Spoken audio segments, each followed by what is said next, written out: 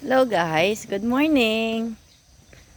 So, alas 6, Gis alang ng umaga dito sa amin, sa probinsya.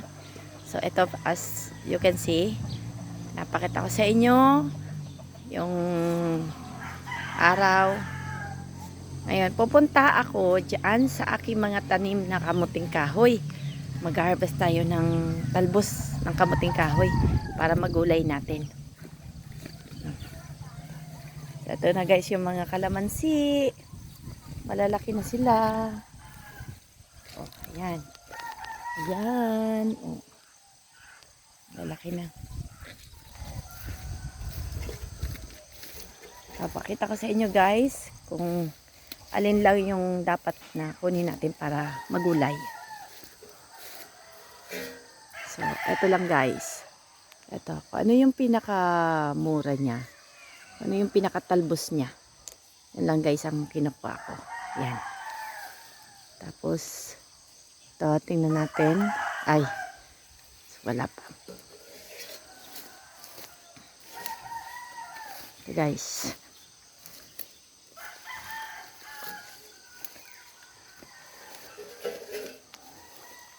Ito guys, like for example, ito yung talbos niya. Ito lang kukunin natin. Tsaka yung sumunod niya.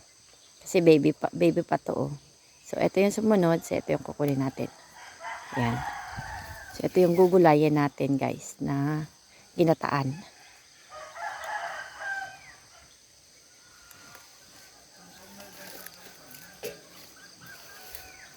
So, ito guys. Ayan. Ito yung talbos.